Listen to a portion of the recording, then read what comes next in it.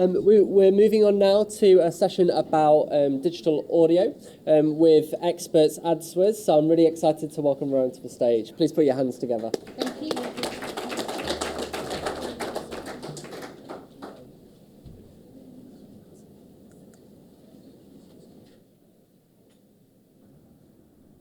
I'm on at the same time as Sorrel. Is this going to work?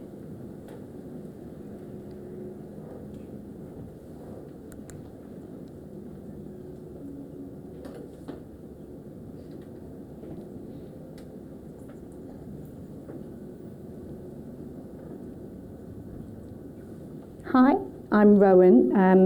I work at AdsWizz, and for those of you who don't know what AdsWizz is, it is a full-stack audio company, and I represent the UK sales team speaking to brands and agencies. Thank you for coming. Digital audio and podcasts are an integral part of our day. Now, this is a lot of what many people's days look like at the moment, and there's a lot of technology that goes to supporting this sort of activity. Now, 2020 saw an explosion in our consumption of digital audio, and that was because we were at home, the increase in smart speakers, but also some of the things that I've heard whilst being here today is just that advertising and media is a mix of science and art. And when we look at this, we think a lot, especially at a conference like today, about technology, but actually I'm sure that in our lifetimes, we can all remember jingles on radio, and they really stick with us. So if you think about the amount of technology that could go to replace the Corpse Wine Bar song that still lives in my head, to having it properly targeted to the most relevant audience, this is a really powerful tool that should be considered in the Media 3.0 world. There's technology that goes into supporting this. So if you think about this long-standing medium with connected and engaged audiences, so you've got the high listen-through rate, you've got better recall than social, paired with programmatic advertising benefits with the enhanced targeting, brand safety, and the relevant ad content and everything that goes with that, and efficient buys, you've really got a powerful solution. So audio consumption is up, so there's a 32% increase in podcast investment year on year, which is much more than the 11% increase in digital growth overall. Yet it represents less than 1% of the UK's total digital spend. And why is this? Now it's my job to speak to media agencies and brands about this, and programmatic audio lies in many different teams. So audio can stay with the AV teams who can just invest in linear. And then it also comes from digital teams as well. So what I'm going to do today is take you through some of the reasons that the agencies on the pushbacks of why they're not investing. And a lot of it is to do with hesitancies and some myths, which I'm hopefully going to dispel today. But first, what's an AdsWizz? AdsWizz is a company that builds technology for a sound world. So we have digital audio and podcast technology, podcast publishing and analytics, as well as a global digital audio marketplace. We're very much a global company, so we've been around for 15 years now. On the publisher side, we have an audio-centric SSP, which allows digital publishers to monetize their inventory and to do campaign management. And the bit that I represent is the audio-centric DSP. So what this does is it allows for efficient buys on programmatic audio, media planning, audience reach, and closing the attribution loop. And then another thing we have invested heavily in the last few years is our global audio marketplace. And this allows for you to extend your reach upon the already growing podcasts and streaming that our advertisers will be buying. Logo soup, this is just to prove we are a real company. So let's get into some myths. So firstly, audio can only be used for brand awareness campaigns. Now, when I spoke earlier about that jingle that's still in my head, I think that a lot of people have these branding messages in their head, and they're not always the most relevant, and they're not really for further down the funnel. And what I want to show today is that audio can drive effectiveness throughout the marketer funnel. So full funnel advertising, and audio is effective, relevant and measurable, which is really a key of today, is the measurement. And the case study I'm going to take you through is Mustard Insurance. And Mustard Insurance is a comparison tool for car insurance.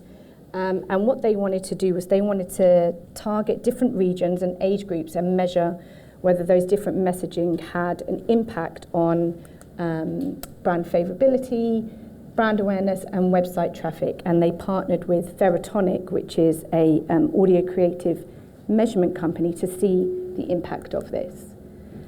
So what we did was rather than build lots of different pieces of creative for the different age groups and the different regions, is we did dynamic creative. And for those of you not aware of what dynamic creative is, it's where you can have, for the end user, it sounds like one message or looks like one message if you're doing it in display, but for us it's audio. So you can have the baked in intro and outro, so that's just your standards. And then you've got variables that depend on location and age in this case, but you can do things like weather, time of day, so you can really give a personalized experience to the end user. Now for this example, we're going to play you the Birmingham version of the ad, which was for the 35 to 44-year-olds. Hopefully this will work. Nope. Can we play it?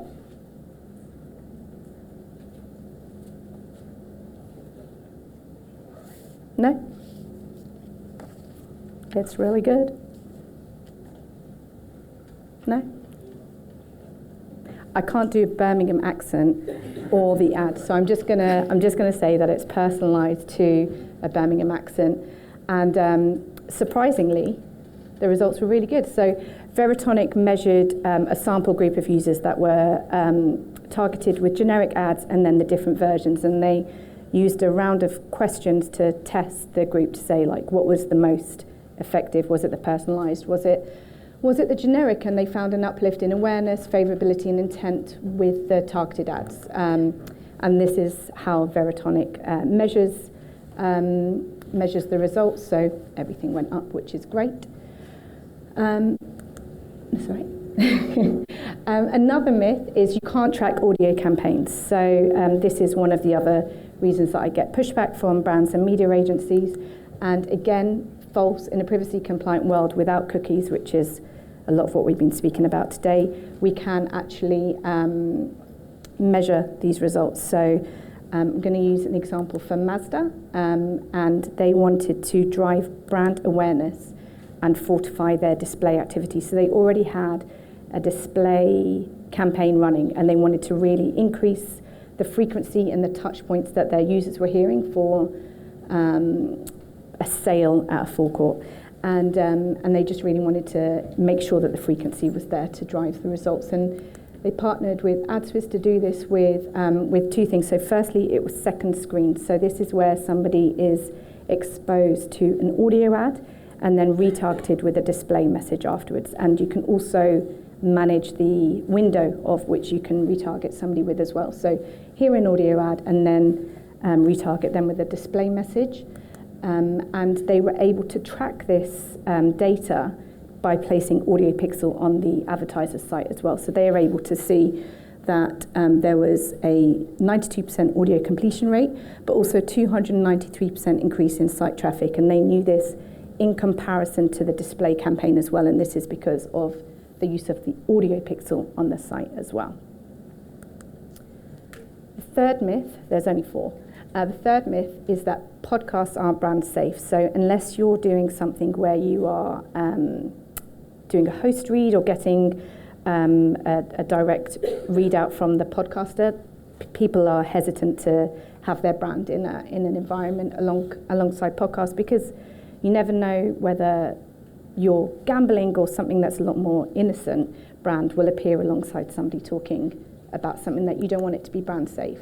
And this is actually false as well. So modern podcast contextual targeting solutions offer protection far greater than keywords. So there's three ways we do this at AdsWizz. So firstly is our partnering with Human, which is our invalid traffic filtering. So this is in our podcast marketplace. So We make sure that any traffic or any inventory that is available to buyers is already filtered. So this is pre-bid.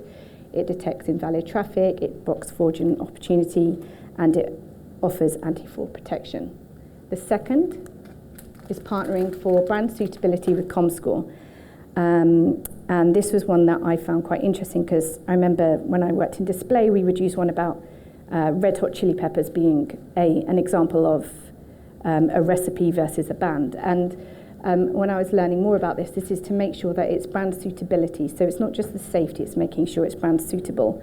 And it's able to semantically detect using transcription and partnered with our contextual targeting technology, whether somebody is talking about violins with a heavy accent versus violence. So this is able to determine, is it brand safe for your advertiser, but also using AI, said AI first, to extract key themes, topics, and sentiment from transcription.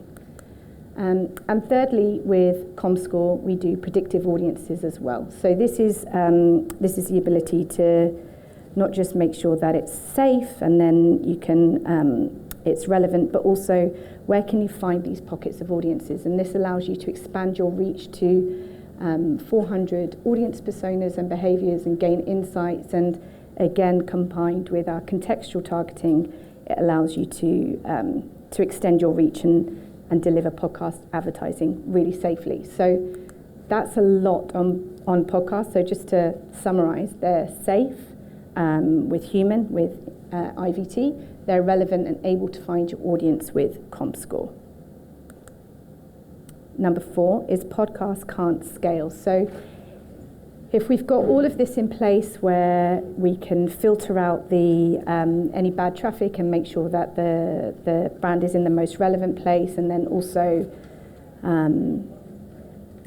it's in brand relevant, is it also the right contextual? So after all of that, is it able to scale? And the answer is yes. So gone are the days when you have to do marketplace, where you have to make podcast buys one by one. Premium podcast marketplaces exist in the top European European regions. I accidentally called my client Brexit today, so sorry about that, Brexit. So we've got podcast content verticals in the UK. So this is the ability, this is when people think of verticals, they often think advertiser verticals, but with all of the targeting that you do, you can also, I had somebody come to me recently and be like, great, but I just want to target people listening to comedy.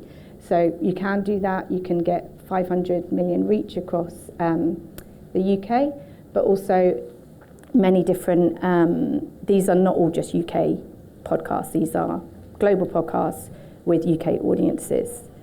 And those are the end of my 4 myths. So just to summarize, AdsWizz is a full-stack audio company. We operate on the publisher side and the advertiser side, and it's my job to speak to brands and agencies. And the key takeaways are audio can take you through the entire marketing funnel. Audio drives results and measures them well. Podcasts are brand safe thanks to modern contextual targeting. And podcasts are scalable in the top European marketplaces. I'm going to get in trouble because I've gone too quick. So is there any questions? Is there any time for questions, or should I just finish? No, I have one to start. Okay, great. Right. Please don't make it too hard. That's something I wanted. One of the struggles maybe many advertisers would have had in the past with audio is that they couldn't, measure it so effectively. They couldn't get it into their MMM models. How does this help advertisers really put it into their measurement frameworks? In terms of like attribution and everything. Yeah. Well, like we've all been speaking about today, I think it's about making sure that you've got the right software that keeps you protected for your brands, but also the scale is there. So do you mean alongside linear audio or just within digital? Yeah, absolutely, yeah.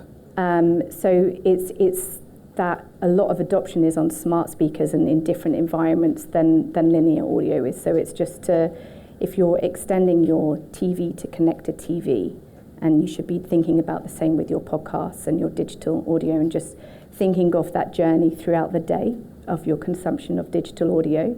It should be part of your media buys as well, and considered with the rest of your digital activity as well. That's brilliant. Thank you. Does anybody have any questions in the audience? We have time for a couple. No. Brilliant. Well, Great. thanks so much. Thank you. Please put your hands together. Thank you.